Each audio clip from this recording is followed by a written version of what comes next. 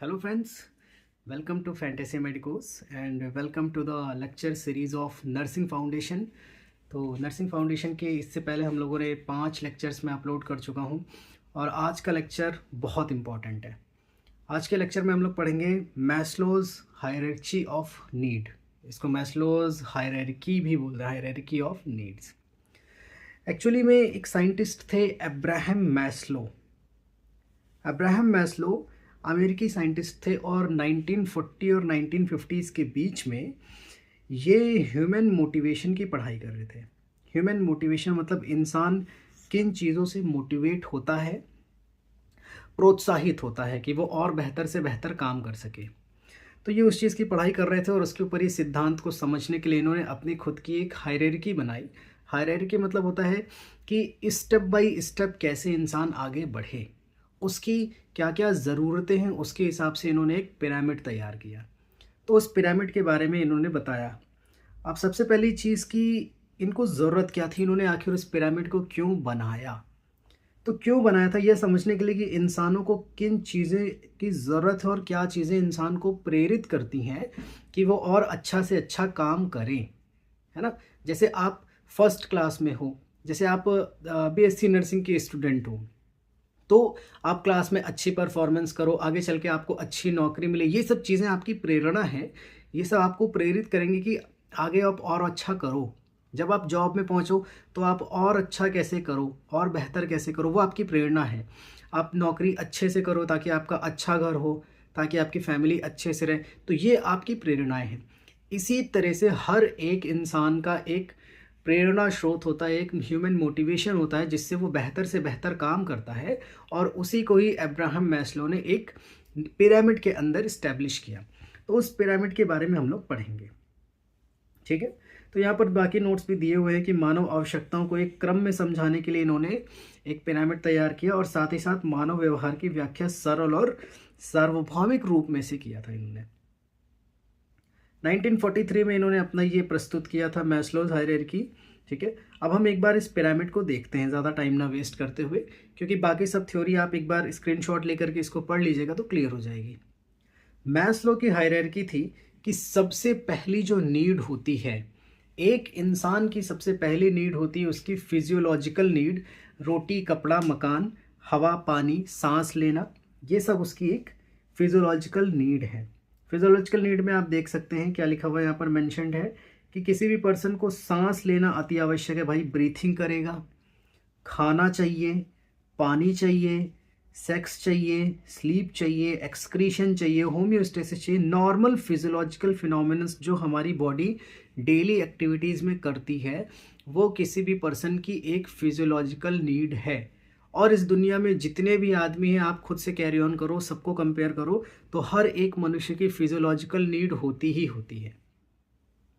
Next उन्होंने बताया physiological need जैसे ही पूरी होगी तो इंसान अपनी सेफ्टी पर पहुंचेगा कि चलो फिजियोलॉजिकल नीड तो हमारी पूरी हो रही है, अब हम अपनी सेफ्टी के बारे में देखते हैं। मतलब अब वो अपने लिए घर ढूंढता है कि हमारे पास एक घर हो, सिक्योरिटी ऑफ बॉडी के लिए हमारे पास एक घर हो, ठीक है। हमारे पास एक एम्प्लॉयमेंट हो, एक नौकरी हो, हमारे पास एक परिवार हो, ठीक है। हमारे पास कुछ कमाने की रिसोर्सेज हो, हमारे पास हेल्थ हो, हमारे पास थोड़ी सी प्रॉपर्टी हो। तो ये सब उसको क्या प्रमोट करते हैं, उसकी सेफ्टी प्रमोट करते हैं। तो फर्स्ट हमारी नीड थी किसी भी पर्सन की फिजियोलॉजिकल नीड, कि उसको बेसिकली किन किन चीज़ों की आवश्यकता पड़ती है।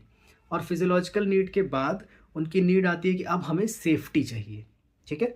सबसे पहले इंसान खुद को ध्यान देगा, उसके बाद सेफ्टी का ध्यान देगा। अब सेफ्टी भी उसके पास आ गई, घर आ गया, सब चीज़ें आ गई। अगली नीड उसकी आती है लव बिलोंगिंग्स की, कि अब उसके दोस्त बने, अब उसकी एक फैमिली हो, उसकी वाइफ आए, उसका हस्बैंड आए, जो भी है। तो ये अगली जो फीलिंग आएगी वो आती है किसी भी पर्सन की लव एंड बिलोंगिंग की नीड, ठीक है। तो लव एंड बिलोंगिंग, अब देखो हर इंसान अपनी फैमिली के लिए चाहेगा कि उसका घर अच्छा रहे, तो वो पहले घर बनाएगा, फिर कहेगा हाँ चलो अब ठीक है। अक्सर आपने देखा होगा कि एक बार सेटल हो जाए फिर शादी करेंगे, कहते हैं लोग। ये किस लिए, क्योंकि नीड है, ये एक हायरार्की है जो फॉलो करनी चाहिए। लव एंड बिलोंगिंग्स भी आपको मिल गए, अच्छा परिवार मिल गया, सब चीज़ें मिल गई। अगली नीड जो एक पर्सन की आती है वो होती है सेल्फ स्टीम।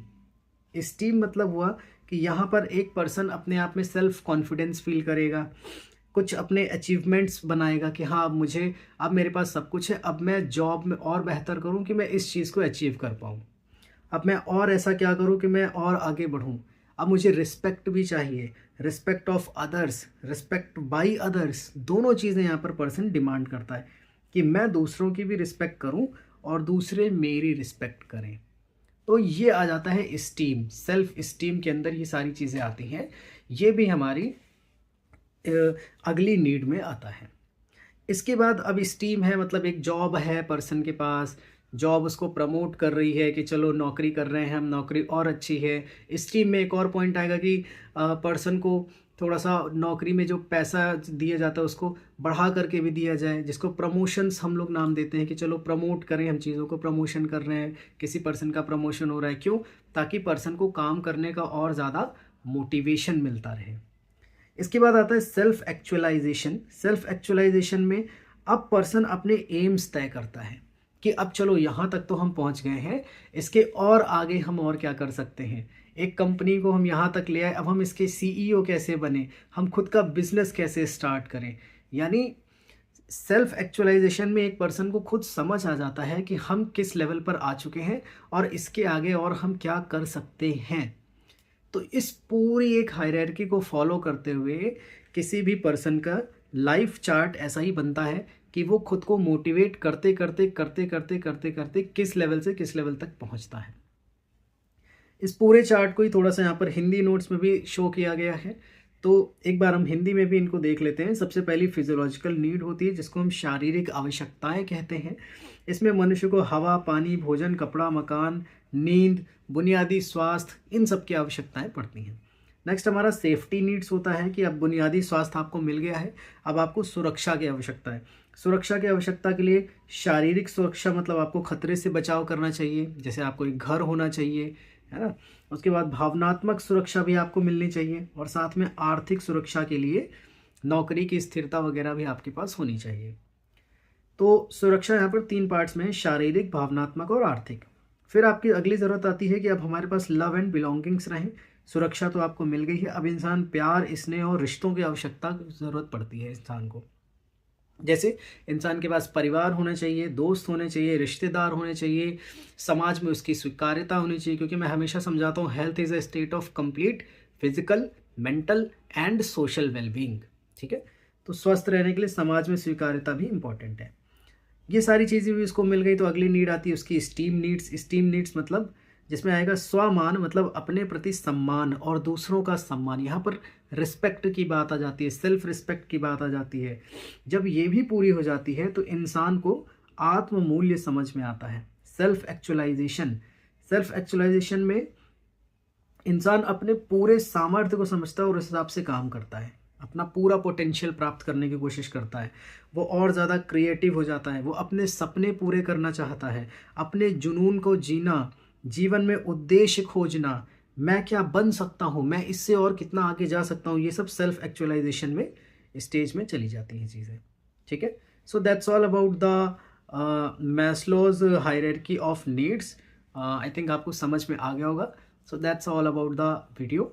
अगर किसी को कोई भी डाउट हो तो वो कमेंट सेक्शन में पूछ सकता है। बाकी एग्जाम पर्पज से आप पिरामिड बना दें और पिरामिड को हिंदी में समझ करके इंग्लिश में ट्रांसलेट करके लिख दें, दैट्स वेल इनफ।